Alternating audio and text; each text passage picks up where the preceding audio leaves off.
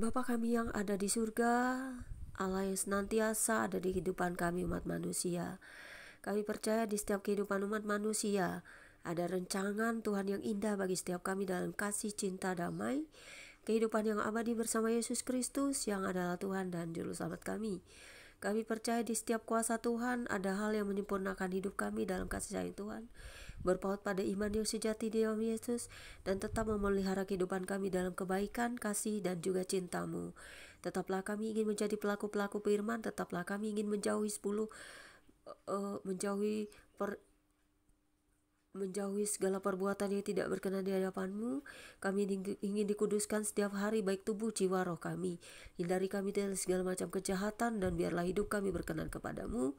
Dan Tuhan tetap memilih kami untuk menjadi alat bagi kemuliaan nama-Mu. Kami ingin terus di hadapan-Mu untuk tetap berlaku sebagai anak-anak terang dalam dunia ini, menjauhi semua dosa-dosa, melakukan perintah Tuhan, dan ingin hidup kudus, mentahirkan tubuh kami terutama, dan bertobat setiap hari, setiap detik dalam hidup kami, supaya kami dilayakkan di hadapan-Mu ya Bapa.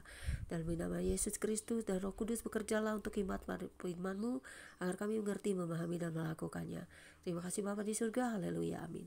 Membaca Alkitab di siang menjelang sore hari ini terambil dari 2 Samuel 18 ayat 19 hingga dengan ayat yang ke-33 dengan perikop yang berbeda ya, dari 2 Samuel 18 ayat 19 hingga dengan ayat yang ke-32 dengan perikop kabar kematian Absalom disampaikan kepada Daud yang berbunyi demikian.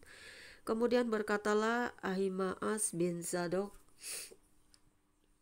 biarlah aku berlari menyampaikan kabar yang baik itu kepada raja, bahwa Tuhan telah memberi keadilan kepadanya dengan melepaskan dia dari tangan musuhnya. Tetapi berkatalah Yoab kepadanya, pada hari ini bukan engkau yang menjadi pembawa kabar pada hari ini.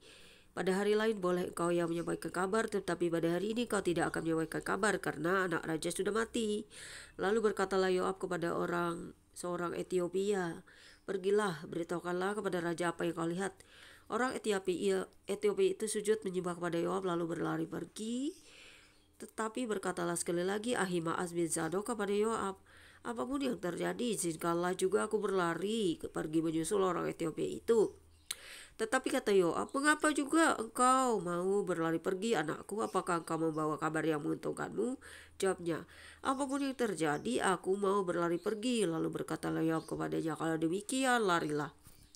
Maka berlarilah Ahimaas mengambil jalan dari lembah Yordan sehingga ia mendahului orang Etiopia itu. Adapun Daud duduk di antara kedua pintu gerbang, sedang penjaga naik ke soto pintu gerbang itu di atas tembok ketika ia melayangkan pandangnya. Dilihatnya orang datang berlari seorang diri saja. Berserulah penjaga memberitahu raja, lalu raja berkata, jika ia seorang diri, maka kabar yang baiklah disampaikannya. Sementara orang itu mendekat, penjaga itu melihat seorang lain datang berlari. Lalu penjaga itu menyerukan kepada penunggu pintu gerbang, katanya, lihat, ada lagi orang datang berlari seorang diri. Berkatalah raja, itu pun pembawa kabar yang baik. Sudah itu berkatalah penjaga, aku lihat cara berlari orang pertama itu seperti cara berlari Ahimaas bin Zadok. Berkatalah raja, orang itu baik, ia datang bawa kabar yang baik. Lalu Ahimaas berseru, katanya pada raja, selamat.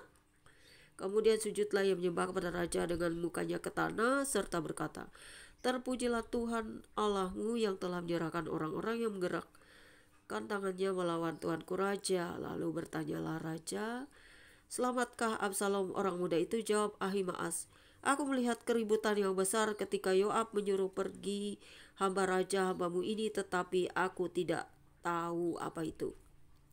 Kemudian berkatalah raja, pergilah ke samping, berdirilah di sini. Ia pergi ke samping dan tinggal berdiri, maka datanglah orang Etiopia itu, kata orang Etiopia itu, tuanku raja mendapat kabar yang baik, sebab Tuhan telah memberi keadilan kepadamu pada hari ini dengan melepaskan tuanku dari tangan semua orang yang bangkit menentang tuanku. Tetapi bertanyalah raja kepada orang Etiopia itu, selamatkah Absalom orang muda itu? Jawab orang Etiopia itu, biarlah seperti orang muda itu musuh tuanku raja, dan semua orang yang bangkit menentang tuanku untuk berbuat jahat. Kemudian 2 Samuel 18 ayat 33 dan perikop baru kesedihan Daud. Maka terkejutlah raja dan dengan sedih ia naik ke anjing ke bukan maaf sedih ia naik ke anjung pintu gerbang lalu menangis dan ginilah perkataannya sambil berjalan. Anakku Absalom, anakku Absalom, kalau aku mati menggantikan engkau Absalom, anakku. Betapa dahsyatnya Raja Daud, dia mengasihi anaknya yang walaupun ingin membunuh dan memberontak kepadanya, dia tetap menangis mengasihinya. Anak yang dilahirkan dari seorang yang bernama Batseba ya. Saudara-saudara, biarlah ini menjadi pelajaran bagi kita bahwa segala sesuatu itu ada konsekuensi hukuman dari Tuhan. Kalau kita telah menyimpang, maka kesedihan yang nampak pada diri Daud juga akan terjadi pada semua orang di seluruh dunia ini ketika dia telah bersalah dan berzinah kepada hal-hal yang tidak berkenan di hadapan Tuhan. Ampuni kami ya Tuhan, biarlah firman-Mu hari ini akan menjadi rema dalam hidup kami, menjadi pelajaran juga bagi kami bahwa segala apa yang kami lakukan yang menyimpang di hadapan-Mu, segala perbuatan jahat, perzinahan, dosa-dosa lain juga tidak berkenan di hadapan Tuhan. Ampuni kami Tuhan, karena kutukan dari dosa kami sendiri itu yang membuat kami harus menerima hukuman. Dan juga apapun yang telah terjadi, ampuni kami Tuhan. Biarlah setiap dosa kami mau mengaku di hadapan-Mu, bertobat setiap hari supaya kami dilayakkan mendapatkan tempat di hati Tuhan dan menguduskan diri setiap hari. Walaupun kami sering jatuh dan terjatuh, tetapi kami mau bertobat dan terus bertobat. Karena bagi kami pengampunan yang dari Engkau yang Maha Suci adalah adil, bukan seperti hukuman manusia. Manusia tidak pernah adil di dunia ini. Segala hal akan semua yang terjadi. Terima kasih Bapa di surga, Engkaulah Hakim yang adil. Engkaulah Tuhan Yesus yang mengajarkan kami tentang kasih dan keadilan. Karena itu untuk hari-hari yang akan datang di mana kami selalu setia menanti Maranatha, di mana Yesus Kristus yang datang sebagai Tuhan dan Hakim yang adil untuk dunia ini.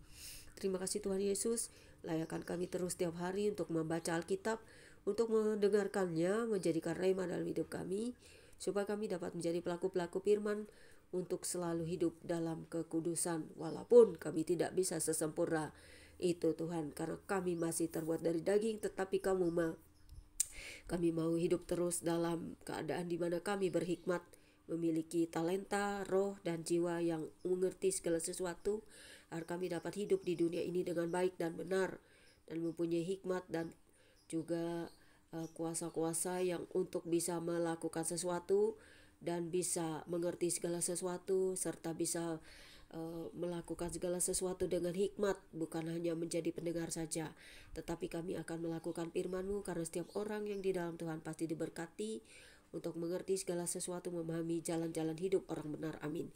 Demikianlah pembacaan Alkitab kita siang hari ini. Tuhan Yesus memberkati. God bless you all.